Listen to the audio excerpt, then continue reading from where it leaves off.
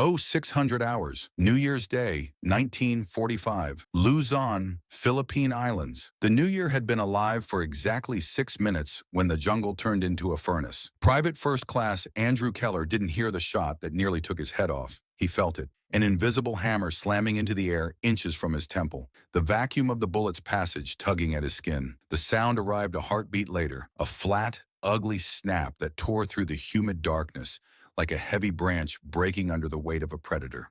Keller froze, one boot suspended over a pool of black water, his breath hitching in a throat raw from thirst and rot. Then the silence of the Luzon jungle didn't just break, it shattered. Rifles cracked from every shadow at once. This wasn't the frantic, disorganized spray of a cornered enemy. It was a rhythmic, calculated symphony of death. Controlled, measured, single shots from men who weren't just firing, they were counting. Down! The scream had barely left the sergeant's throat before Keller was face down in the filth. Above him, a Nambu machine gun opened up, its high cyclic chatter shredding the canopy into a rain of organic shrapnel. Leaves disintegrated into green mist. Bark exploded off mahogany trunks in jagged, lethal splinters. The jungle swallowed the noise instantly, compressing the violence into a suffocating wall of sound where the screams of dying men competed with the eternal screech of cicadas. This wasn't a firefight. This was a grave that had been waiting for midnight to pass. Hours ago, intelligence had promised them light resistance. They were told the Japanese were broken, retreating toward the safety of the mountains. They were told New Year's Day would be a quiet transition to the end of the war. The jungle disagreed. Keller pressed his face into the mud, the smell of ancient decay filling his lungs. The earth beneath him wasn't soil. It was a living, breathing soup of dead things, layers of rotting insects, animals, and the men who had fallen before them. The mud was warm, clutching at his uniform like a wet shroud. To his left, a man let out a sound that wasn't human, a high, thin wail of pure terror that was abruptly silenced by a wet, bubbling choke. Keller didn't look. In Luzon, if you looked at the man beside you, you became the target for the next bullet. Tracer rounds carved neon-red tunnels through the steam and undergrowth. The Japanese didn't rush out into the open. They didn't need to. They let the Americans drown in their own panic, watching as the GIs fired wildly into the blackness, burning through ammunition that was miles away from the nearest supply line. A BAR nearby roared for a fraction of a second before the humid air and grit jammed the action, leaving the gunner clicking a dead trigger in the dark. "Contact front! Front!" the platoon sergeant bellowed, his voice cracking with the realization of their position. But front was a lie. In this tangle of vines and shadows, the front was above them, behind them, and beneath their very feet. Keller rolled onto his side, his M1 Garand slick with sweat and slime. His uniform was heavy, soaked not by the rain, but by the cold, oily sweat of a man who knows he is being hunted. Then the foliage 10 feet away simply shifted. A Japanese soldier materialized from the green wall as if he had been woven into the ferns. He didn't scream a battle cry. He didn't charge. He simply stepped into a sliver of darkness and raised his rifle with a steady, practiced hand. Keller fired first. The Garand bucked violently into his shoulder, the muzzle flash illuminating the jungle for a blinding microsecond. He saw the soldier's face, not a monster, but a man as tired and hollow-eyed as himself, before the man was slammed backward into the shadows. Keller's hands moved on instinct, ejecting the empty clip with a metallic ping that sounded like a funeral bell in the humid air. He shoved a fresh clip home, his heart hammering against his ribs like a trapped bird. This was 1945. There was no champagne, no countdowns or resolutions, only the cold, leaden weight in Keller's gut that told him whatever this year held, it would be paid for in blood, inch by agonizing inch. A flare suddenly hissed into the sky, bathing the carnage in a ghostly, clinical white light. For 5 seconds, the world was frozen. Keller saw the shattered ferns, the bodies slumped in the black water, and his brothers in arms firing at ghosts that vanished the moment the light touched them. Then the flare died. The darkness returned, heavier than before, and the jungle began to move again.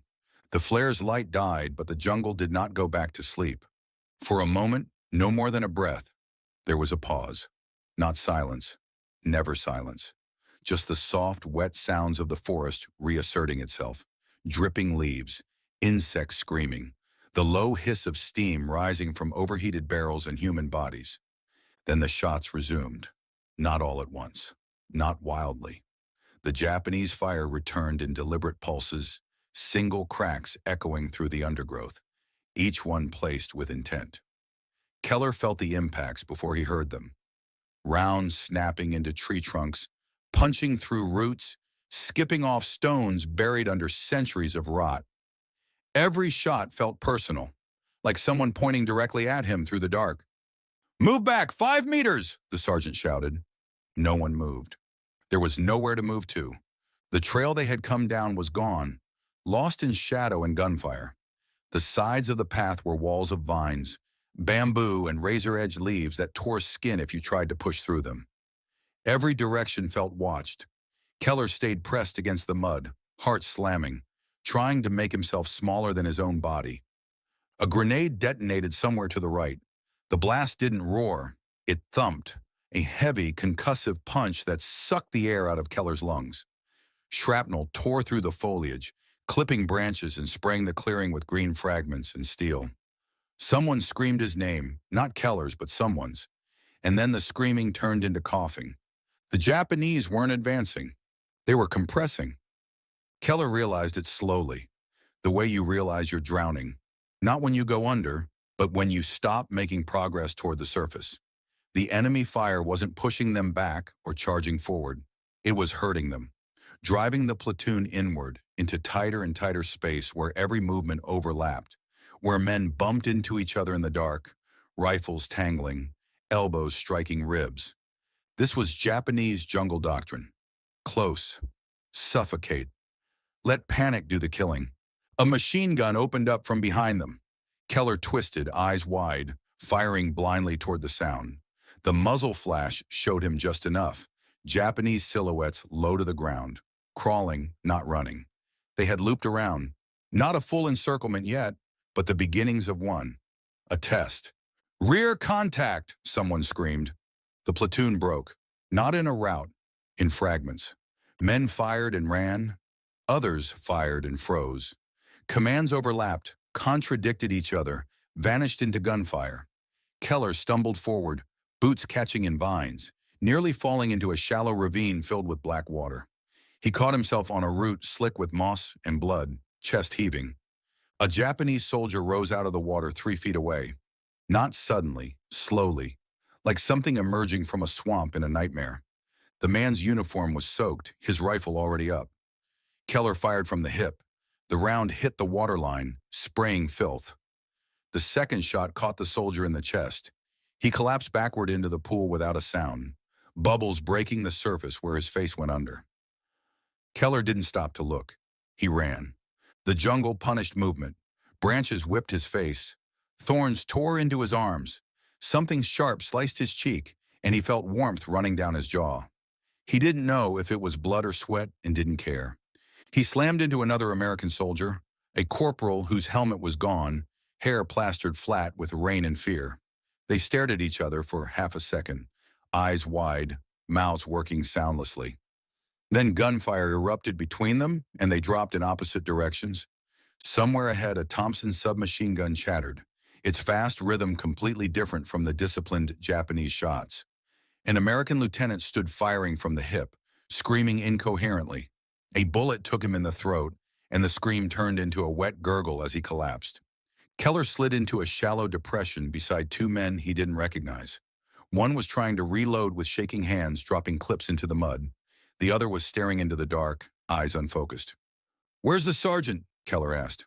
No answer. The Japanese pushed closer now. Keller could hear them moving. Soft footfalls, controlled breathing, the faint click of rifle bolts. They weren't shouting. They didn't need to. A second flare went up. This one Japanese. It burned dimmer, redder, staining the jungle like an open wound. Keller saw the truth of their position in that light.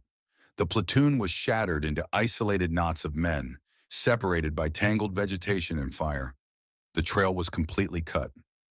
Japanese soldiers crouched in elevated positions, in trees, in depressions, in places Keller hadn't known existed seconds earlier.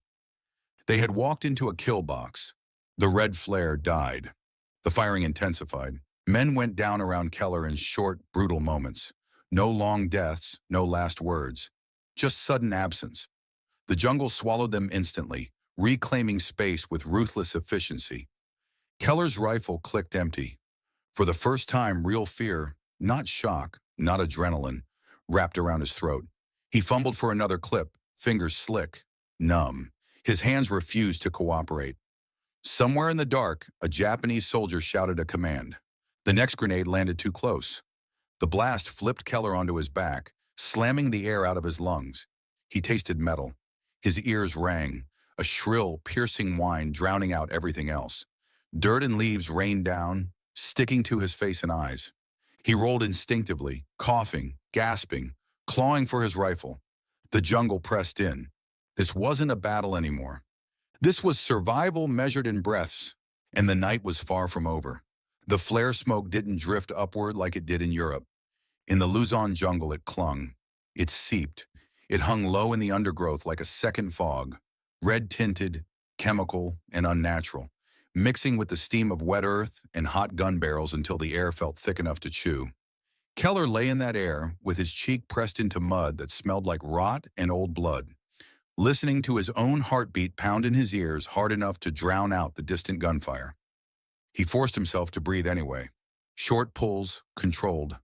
In through the nose, out through the mouth. The first lesson they taught in jungle training was that panic makes noise. Panic makes movement. Panic makes you visible.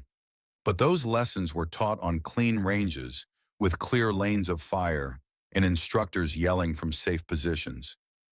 This wasn't training. This was a jungle that wanted to eat them alive. Somewhere close, too close, someone whispered, "Keller? Keller? You alive?" The voice came from his left. Keller turned his head just enough to see a shape in the darkness. A man crouched low behind a broken stump, helmet tilted, eyes reflecting faint light. It was Sergeant Rourke, platoon sergeant, not Keller's squad leader. A hard man with a scar down one cheek and a voice that didn't usually crack. Right now it cracked anyway. "Keller," Rourke repeated. "Answer me." Keller coughed mud out of his mouth. "Yeah, I'm here." Rourke shifted closer, low crawling like he'd done it his whole life. "You got ammo?" Keller patted his belt, the pouches wet and heavy. "2 clips, maybe 3 if I didn't lose one." "Good." Rourke's breath came out in a fast rhythm. "We're cut. We're scattered. They're trying to hold us in place till first light. Then they'll finish it." Keller swallowed. "How many?" Rourke didn't answer directly. He peered into the dark like he could read it. "Enough!" Another burst of Japanese fire cracked from the right, single shots, spaced, confident. An American answered with a BAR, a long, angry roar that lasted maybe 2 seconds before dying with a metallic clack. Jammed. Keller heard a frustrated cry, and then nothing. The jungle took that man too. Rourke leaned closer until his mouth was near Keller's ear. "Listen, you're going to move when I tell you. Not before, not after. We're going to pull to the creek bed. It's low ground, it's mud, but it's a line. We can anchor there." Keller stared into the dark. "Creek bed's a trap." "Everything's a trap," Rourke hissed.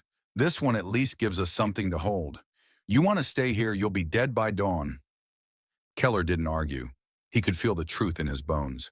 They were already being shaped by the enemy, held in place, turned into targets. Rourke raised his hand, 2 fingers, then 1, counting down silently. On 0, he moved. Keller moved with him. They crawled through warm sludge and roots that snagged their sleeves.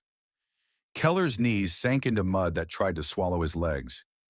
Every inch forward felt like dragging through glue.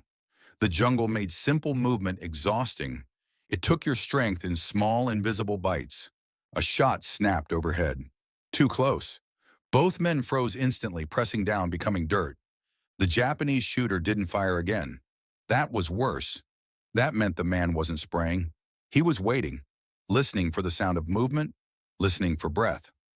Rourke reached behind him and grabbed Keller's sleeve, tugging him forward an inch at a time. They slid into a shallow depression lined with slick stones and black water, the beginning of the creek bed. It wasn't a creek, it was a wound cut into the earth, a narrow drainage channel filled with stagnant water and swollen leeches that clung to anything warm. They weren't alone. 3 other Americans were already there, crouched low in the muck. One of them, Private Santos, looked like he'd been in a fist fight with the jungle itself. His face was cut, his eyes wide, his hands shaking as he held his Garand like a life raft. The other 2 were silent. One had a bandage wrapped around his head that was already soaked through. The other kept staring at the darkness like he expected it to open and swallow him. Rourke dropped in beside them. "Where's the radio man?" Santos swallowed. "Gone! He ran when the rear contact hit." Rourke closed his eyes for half a second, like he was forcing down something ugly. "Of course he did." Keller's stomach tightened. No radio meant no artillery coordination, no support, no way to tell battalion what was happening. Out here you could die and no one would know for days, maybe weeks. Rourke looked at the men in the creek bed, his eyes moving fast. "This is it. We hold here. No firing unless you have a target. No muzzle flashes, no silhouettes. You fire, you move. You fire again, you die." Santos nodded too fast. The bandaged man didn't react at all. Keller listened. The jungle was alive with subtle noise. Dripping leaves, insects, distant gunfire. But inside that noise were other sounds. The careful shift of boots on wet earth, the faint clack of a bolt sliding, the whisper of Japanese voices. They were close. They had followed them. Keller felt it in the back of his neck like a hand. Then something splashed in the creek bed 10 yards down. A soft, wet disturbance. Not a grenade, not a bullet. A footstep. Santos jerked, raising his rifle too quickly. Rourke slapped the barrel down hard. "Don't!" Santos's eyes were huge. "I know what you heard," Rourke whispered. "Let it come closer." Keller's throat went dry. The concept of letting something approach in the dark felt like insanity. Every nerve in his body wanted to fire, to make noise, to reclaim control through violence. But Rourke was right. Muzzle flash would give them away. And the Japanese didn't need to see much. In the jungle, a flash was a lighthouse. The splashing came again, closer. Keller could smell the enemy now. Sweat and oil, something sour and human. He could hear breathing that wasn't his own. A shape rose from the creek bed like a ghost. Keller saw it for a fraction of a second. A helmet, a rifle, the wet shine of skin. Rourke's knife flashed. It wasn't theatrical. It wasn't like a movie. It was quick and ugly and silent. A hand clamped over the Japanese soldier's mouth. A blade drove in, and the man collapsed into the water with a muffled gurgle that was swallowed instantly. Keller stared, frozen. Rourke lowered the body gently into the mud. His face was calm, but his eyes were burning. "That's one," he breathed. "They're probing. They'll send more." Santos whispered, voice cracking. "Jesus!" Rourke rounded on him, eyes hard. "Not Jesus. Discipline. You understand? They want you to fire. They want you to light this place up. Don't give it to them." Keller forced himself to swallow. His mouth tasted like metal and rot. Minutes crawled. The jungle pressed. Keller's muscles began to cramp from holding still. Sweat pooled under his helmet. Leeches crawled up his pant leg, and he didn't dare brush them away. The fear wasn't loud anymore. It was quiet. It was constant. It was the realization that time itself was a weapon being used against them. Then somewhere ahead, a Japanese bugle sounded. It wasn't long. It wasn't dramatic. It was a short call, sharp and controlled. Rourke's face tightened. "That's it," he whispered. "They're signaling." The gunfire stopped. Everywhere. For a heartbeat, the jungle felt like it had inhaled. Keller's blood turned cold. Silence like that wasn't peace. Silence like that was a coordinated shift. Rourke leaned forward, eyes scanning the darkness. "They're going to rush," Santos whispered. "How many?" Rourke didn't answer. He didn't need to. In the jungle, you didn't hear the rush until it was already on top of you. Keller tightened his grip on the Garand until his knuckles went white. He waited. The first Japanese soldier appeared at the edge of the creek bed, so suddenly Keller almost screamed. The man was low, rifle up, moving fast. Keller fired once, one controlled shot. The muzzle flash lit the creek bed, and the Japanese soldier dropped, rolling into the water. Immediately, three more shapes surged behind him. Now! Rourke roared, and all discipline shattered into survival. Keller fired again and again, the Garand bucking, the muzzle flash strobing the jungle into violent frames. The creek bed erupted with gunfire, bullets punching through leaves and bodies. Japanese soldiers poured forward like a wave, silent, relentless, using the darkness and the undergrowth as cover until they were within 10 yards. A Japanese grenade arced into the creek bed. Rourke shoved Keller sideways. The grenade detonated with a wet, concussive blast that sent mud and blood and water raining down. Keller hit the ground hard, ears ringing, mouth full of dirt. Santos screamed, high and raw, and Keller saw why. The bandaged man beside him had been hit by shrapnel. His face was gone on one side. He tried to speak and only a bubbling sound came out. Keller's stomach lurched. Rourke grabbed Keller's collar and yanked him upright. Keep firing!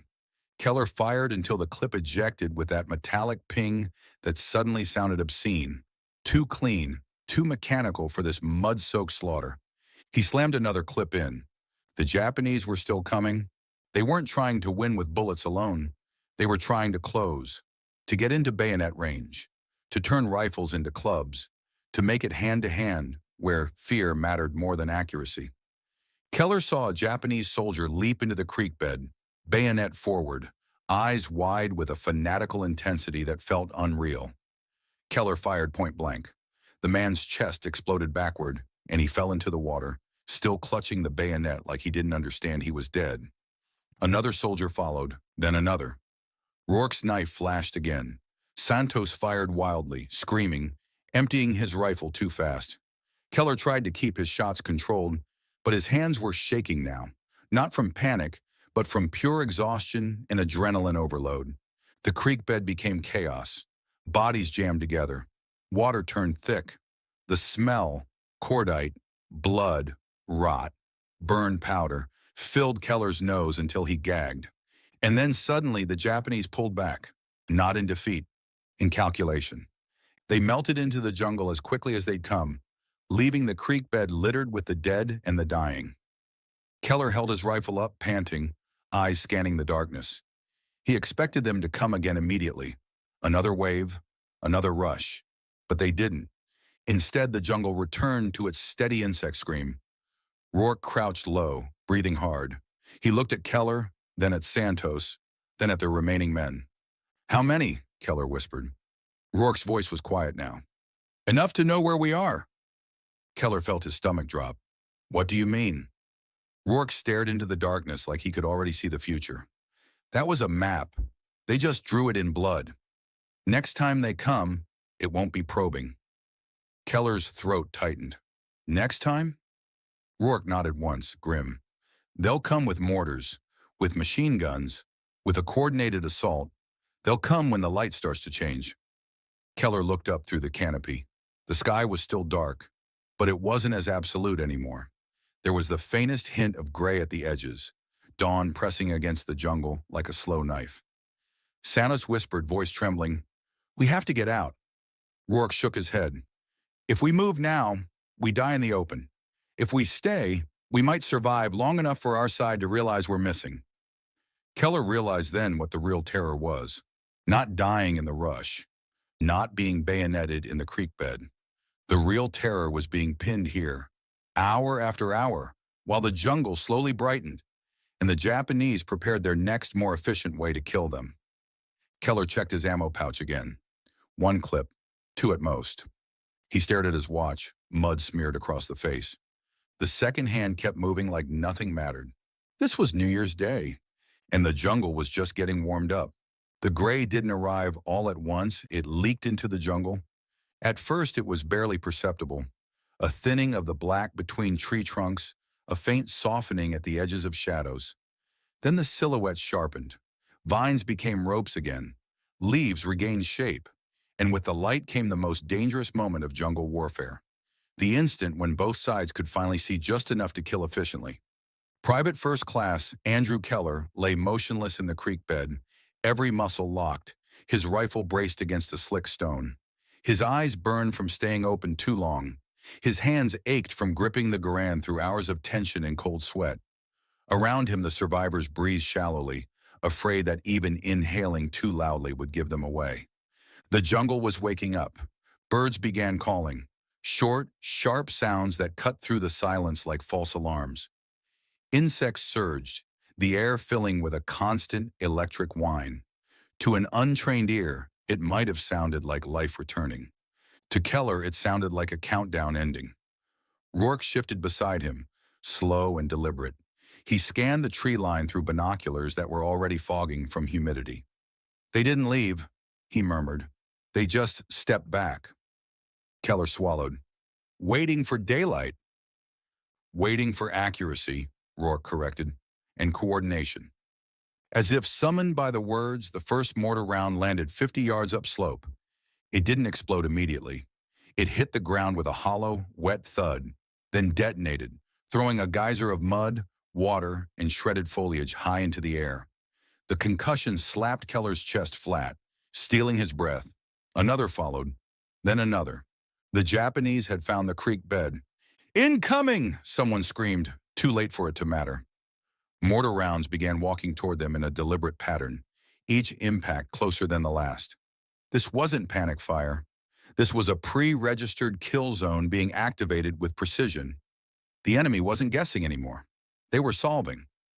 Rourke rolled onto his side and grabbed Keller by the webbing. "We move on my signal, not before." "Move where?" Keller shouted over the blast. Rourke didn't hesitate. "Forward!" The word hit Keller harder than the explosions. Forward meant uphill, toward the Japanese, toward the fire. It violated every survival instinct he had. But Rourke's eyes were steady, clear in a way Keller had come to trust. "They expect us to run back," Rourke continued. "They've got guns zeroed behind us. We go the other way. We punch through before they can shift." Another mortar exploded close enough to shower them with hot fragments. A man screamed and went silent. Rourke raised his fist, held it, waited. The mortars paused. That pause was everything.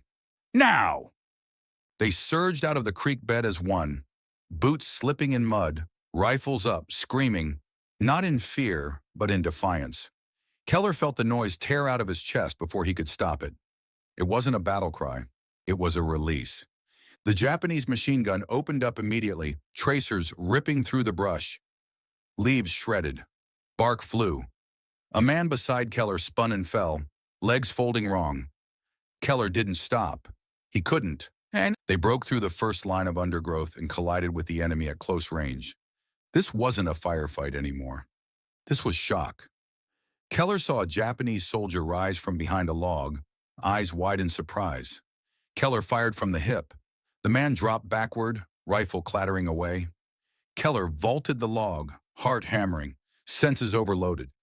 Everything smelled like burned powder and crushed green leaves. Rourke was everywhere, shouting, pointing, dragging men forward by their collars. "Keep moving! Don't bunch up!" The Americans pushed through the Japanese skirmish line with brute momentum, bayonets flashing, rifles cracking at arm's length. The enemy fought hard, but they hadn't expected this. They had planned to bleed the Americans into retreat, not be rushed by half-frozen men who refused to die quietly. Keller stumbled into a small clearing just as a Japanese officer tried to rally his men. The officer raised a pistol, shouting orders. Keller fired twice, the officer fell. The moment broke. Japanese soldiers began falling back in small groups, dissolving into the jungle the way they had come. Not routed, but displaced. Their carefully planned kill zone had been compromised. The Americans didn't chase. They couldn't. They regrouped just inside the trees, panting, shaking, counting heads. Rourke crouched low, scanning the ground, then the sky. The mortars resumed, but now they landed behind them. Rourke allowed himself a thin smile.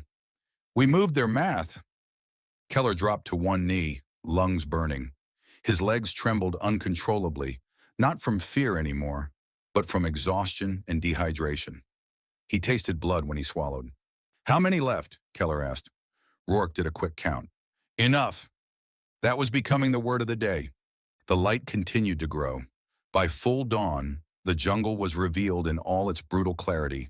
Shattered trees, torn earth, bodies half hidden in vines and mud. Steam rose from craters like breath from open wounds.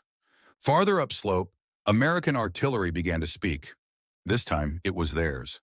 The shells screamed overhead and crashed into Japanese-held positions deeper in the jungle, tearing the forest apart with industrial violence. Keller felt the difference immediately, not just in sound, but in morale. The ground shook with friendly fire. The weight shifted. Rourke keyed his radio again. Static crackled, then a voice, strained but real. Fox Elements. This is Battalion. Report. Rourke closed his eyes briefly, then answered. Fox Company engaged. We held.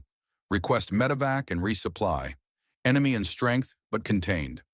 There was a pause, then. Copy, Fox. Relief moving. Hold what you got. Hold. Keller looked around at the men, mud-covered, bloodied, hollow-eyed, and realized something fundamental had changed. They weren't being hunted anymore. They were holding ground. As the morning wore on, more Americans arrived. Engineers, machine gun crews, medics. The line thickened. The jungle that had tried to swallow them now bristled with American steel and discipline. The Japanese attacks continued throughout the day, sharp, determined, costly, but they no longer had the element of surprise. Every yard now came at a price. Every advance met fire. Every attempt to flank ran into men who had already survived the worst night of their lives. By nightfall, the line still stood. Keller sat with his back against a tree, rifle across his lap, watching the sky darken again. He was too tired to feel anything properly. Hunger, thirst, fear, they blurred together into a dull ache. Rourke sat beside him, lighting a cigarette with hands that barely shook. You did good today, he said quietly. Keller didn't answer right away. He stared at the jungle, at the shadows that would soon deepen again. Is it over, he asked. Rourke exhaled smoke. No, not even close. Keller nodded. He understood now. Luzon wasn't going to be won in a day or a week. It would be taken one ridge, one creek bed, one frozen or rotting patch of ground at a time. But something had been proven in those first hours of the new year. The jungle could ambush them. The enemy could plan. The odds could be brutal, and the Americans would still push forward. At 2400 hours, New Year's Day ended without celebration, but the line still held. And that, in Luzon, meant everything. By the second night, the jungle had stopped pretending it was unfamiliar. The Americans learned its rhythms quickly, or they didn't survive long enough to learn at all. The daylight brought heat so thick it felt like a weight pressing down on the spine. The nights brought cold that crept into joints and refused to leave. Rain fell without warning, turning the forest floor into a slick, sucking trap that pulled at boots and men alike. Private First Class Andrew Keller stopped thinking in terms of hours. Time in Luzon was measured by patrols, contacts, and the slow depletion of energy that no amount of willpower could fully reverse. Sleep came in fragments. 10 minutes behind a tree root, 20 minutes slumped against a pack, always half awake, finger curled around a trigger. The Japanese didn't try another frontal push. They didn't need to. Instead, they became the jungle. Snipers began appearing in places that made no sense. High in trees with firing platforms lashed together by vines, hidden behind termite mounds, buried in spider holes that were invisible until they spoke with gunfire. A single shot would crack from the green wall, and a man would go down. Then nothing. No follow-up. No movement. Just the slow realization that someone was missing. American patrols responded the only way they could. Cautiously, methodically, and with discipline, learned the hard way. Keller found himself on point more often than he liked, eyes scanning for anything that didn't belong. A leaf bent the wrong way, a shadow that didn't shift with the sun, the faint metallic glint of a rifle barrel. Every step forward felt earned. They advanced by yards, not miles. Engineers hacked paths through bamboo thickets, while infantry fanned out to cover them. Machine guns were positioned to dominate narrow approaches. Mortars were kept close, ready to drop smoke or high explosive at a moment's notice. Radios were guarded like lifelines because they were. Disease crept in alongside the enemy. Men fell out with fever, dysentery, jungle rot eating into their skin. Keller watched a friend named Harris shake uncontrollably one afternoon, eyes unfocused, lips blue. The medics tagged him for evacuation, but helicopters were scarce and the landing zones were under constant threat. Some men never left. They faded quietly, absorbed by heat and exhaustion as surely as any bullet. Still, the line moved forward. Japanese delay tactics slowed the Americans, but they could not stop them. Every ambush revealed positions. Every skirmish burned through supplies the Japanese could not replace. Keller began to notice the difference. Not in ferocity, but in frequency. Attacks came less often. Fire grew less coordinated. Retreats happened faster. The jungle was still lethal, but it was no longer confident. One afternoon, Keller's platoon discovered a Japanese supply cache hidden beneath a collapsed hut. Rice bags already molding, ammunition sealed in oilcloth, medical kits stripped down to almost nothing. It wasn't a victory in the traditional sense, but it told a story. The enemy was hungry, tired, running out of time. American artillery grew bolder. Shells crashed deeper into Japanese-held terrain, tearing apart defensive lines that had taken months to build. The thunder of big guns became a constant presence, a reminder that behind the men slogging through mud was an entire industrial machine pushing relentlessly forward. Keller felt it in the way orders came faster now, in the way patrols pushed farther before pulling back, in the way replacements arrived, not fresh-faced boys anymore, but veterans from other brutal campaigns who knew exactly what jungle fighting demanded. One evening, as Keller cleaned his rifle by the light of a hooded lantern, Rourke crouched beside him. "They're pulling back again," Rourke said quietly. "Slowly, trying to make us bleed for every step." Keller nodded. "Is it working?" Rourke considered that, then shook his head. Not enough.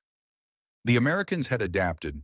They learned to listen for silence instead of sound, to trust instincts sharpened by exhaustion, to move in overlapping arcs, never straight lines, to expect traps and disarm them with patience instead of panic.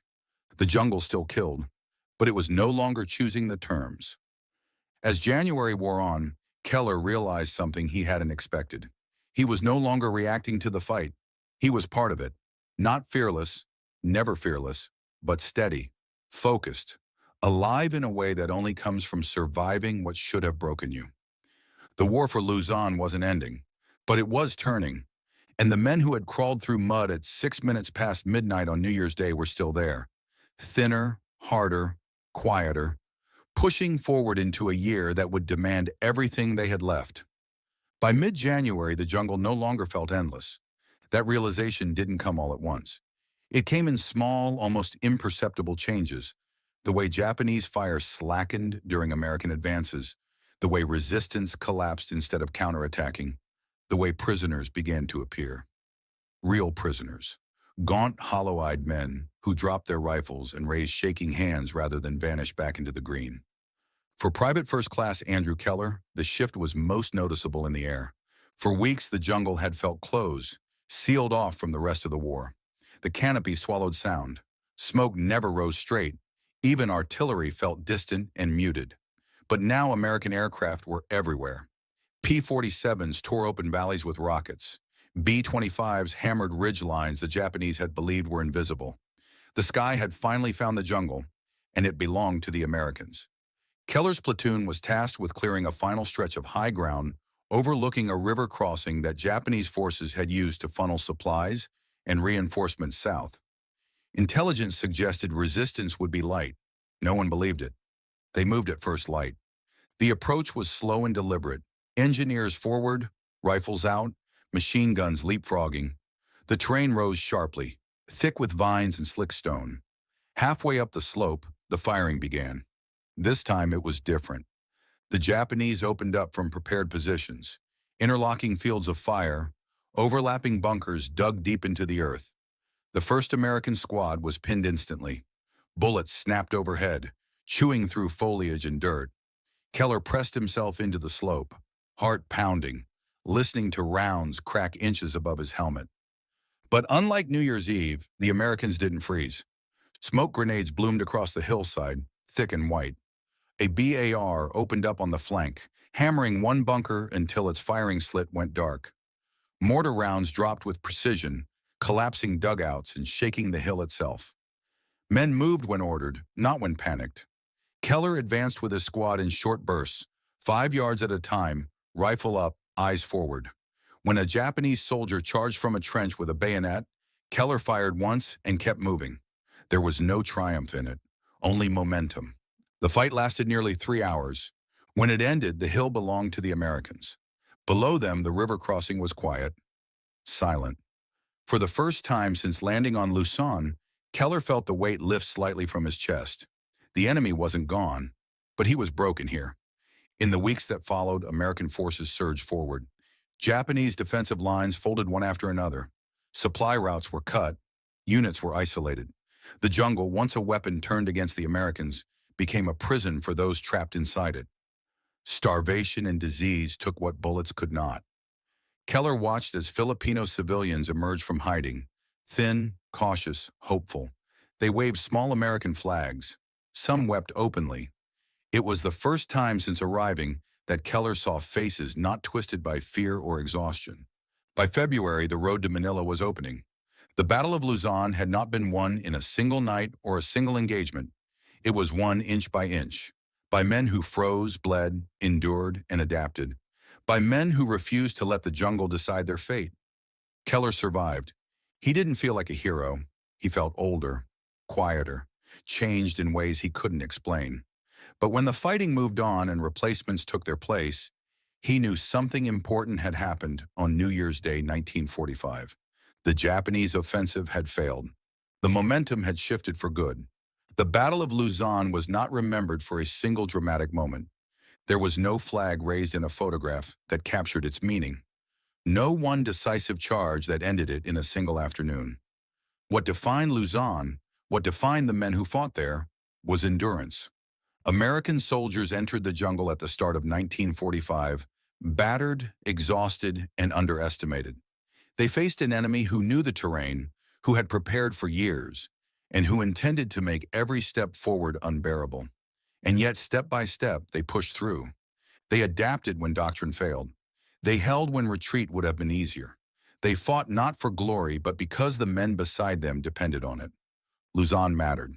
It mattered because it shattered Japan's ability to hold the Philippines. It mattered because it reopened supply routes, freed civilians, and brought the war closer to its end. And it mattered because it proved, once again, that American forces could absorb the worst conditions imaginable and still move forward. Private First Class Andrew Keller never made headlines. Neither did most of the men who froze in foxholes, hacked through jungle, or held ground with shaking hands and empty stomachs. But history is built on men like them. The new year of 1945 began in mud and gunfire. It ended with the Axis collapsing across the Pacific. That wasn't luck. It wasn't inevitability. It was earned by Americans who refused to stop, even when everything around them said they should. And that is why Luzon mattered.